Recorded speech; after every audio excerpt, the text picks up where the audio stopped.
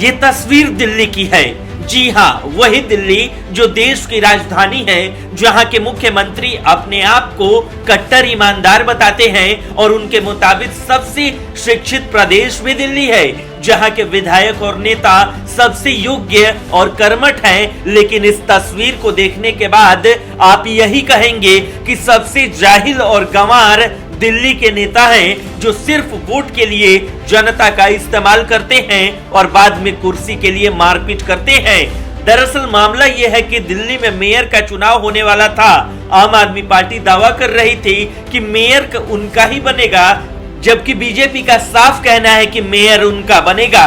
वहीं कांग्रेस ने चुनाव में वोटिंग से खुद को बाहर कर लिया। आपने मेयर पद के लिए शैली ओबराय तो बीजेपी ने रेखा गुप्ता को उम्मीदवार बनाया। यहाँ तक कहानी सब कुछ सही था, लेकिन उसके बाद जो हुआ वो हैरान करने वाला था। दिल्ली में मेयर पद का चुनाव टल गया।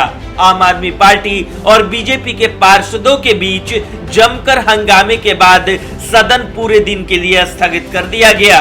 मेयर पद के लिए 11 बजे से वोटिंग होनी थी, लेकिन इससे पहले सदन में आप पार्षदों ने जमकर हंगामा किया। इस दौरान आप पार्षदों के साथ बीजेपी पार्षदों की हाथापाई भी हुई।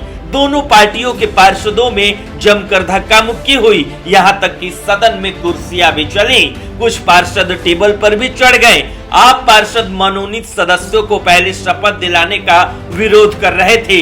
इससे पहले आम आदमी पार्टी ने एलजी द्वारा मेयर चुनाव के लिए बीजेपी की पार्षद सत्या शर्मा को पीठासीन अधिकारी नियुक्त करने पर आपत्ति जताई। उधर कांग्रेस ने इस चुनाव में वोटिंग में हिस्सा लेने का फैसला नहीं किया। दिल्ली में हुई इस मारपीट पर अब राजनीति भी चरम पर है। बीजेपी नेता प्रवेश वर्मा ने कहा कि आपने आरोप लगाया कि शपथ ग्रहण शुरू हुआ तो मनोनीत पार्षद का शपथ क्यों शुरू हुआ।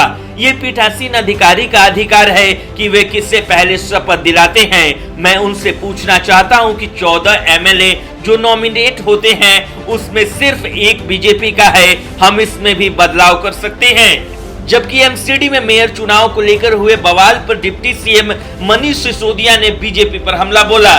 ट्वीट कर कहा कि एमसीडी में अपने कुकर्मों को छिपाने के लिए और कितना गिरोगे बीजेपी वालों। चुनाव टाले पीठासीन अधिकारी की गैर कानूनी नियुक्ति, मनोनीत पार्षदों की गैर कानूनी नियुक्ति और अब जनता के चुने पार्षदों को शपथ न दिलवाना। खैर, सदन में जो भी हुआ गलत हुआ, लेकिन क्या करिएगा, जहां केजरीवाल रहेंगे वहां ये सब होता रहेगा। ब्यूरो रिपोर्ट, न्यूज़ चौक।